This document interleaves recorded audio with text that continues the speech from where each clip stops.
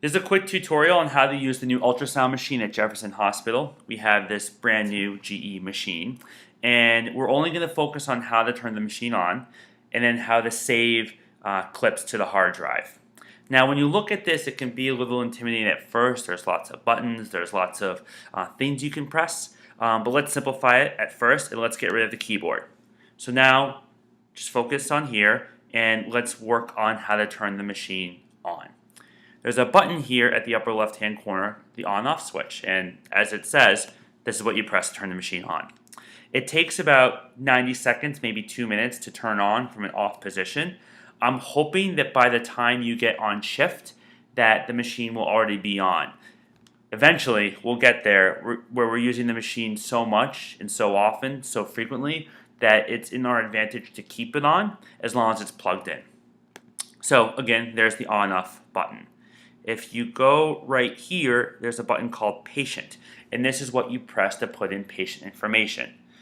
I would prefer that you use this so that I can review everyone's images and give feedback. It helps me to know whose patient you did the ultrasound on so I can review the chart to try to give you the most optimal feedback.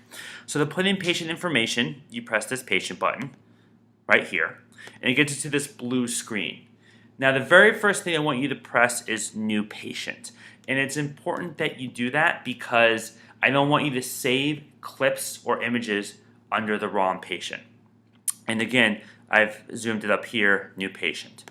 So on the left-hand side is New Patient, zoom in, and using the mouse pad right here, you move the cursor, and this is the Enter button. So again, you click on New Patient, and then if there was an ID here, last name or first name, it would go blank. And what I want you to do is to put in the patient's ID, and that's the medical record number. This is the most important thing you need to input. I would also request that you put in the last name and first name just in case you input the medical record number incorrectly. Once you put the ID, the last name, the first name, you can press this exit button. And once you press the exit button, all the information is on the computer and you're ready to save. So again, we're going to go back to our console. I've X'd out the on-off button because our machine's already on. Here is the patient button, which we talked about to put in patient information. And here is the exam button. And that is the next thing you need to press so we can get the correct probe selected. So again, exam button's pressed and you get to this screen.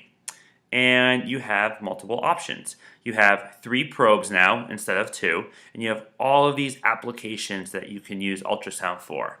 You can use abdominal exams, GYN-OB, cardiology, which would be more echoes, vasculars for lines, and there's a lot of other options that you can press. In the beginning, this stuff right here, don't worry about. We'll talk more about this in depth as we all get better, but for now, I just want you to focus on these 3 things right here. So to make it simple, I blacked it out. Again, I just want you to press either the linear probe, the curvilinear, or the phased array. If you do anything in the abdomen, like a gallbladder, fast exam, this is your probe of choice. I do a lot of lung ultrasound, and this is also the probe I will be using. That's more of an advanced study, but eventually we'll all get there. If you want to do a DVT study or anything with lines, whether it's an IV or central line, this is your probe of choice. This is the linear probe. This is what our nurses and techs will be using when they do their IVs. And then the phased array is really for only one study, and that's for cardiac echo. You can use it for lung ultrasound. You can use it to look at the IVC.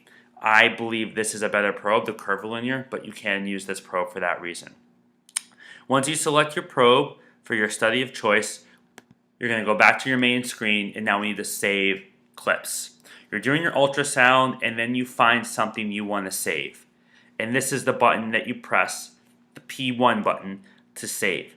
I probably will use a label maker and label this as the button that you press to save because I think we're going to forget this is what you need to do in order to save clips. But again, to zoom in right here, this is what you press, the P1 button.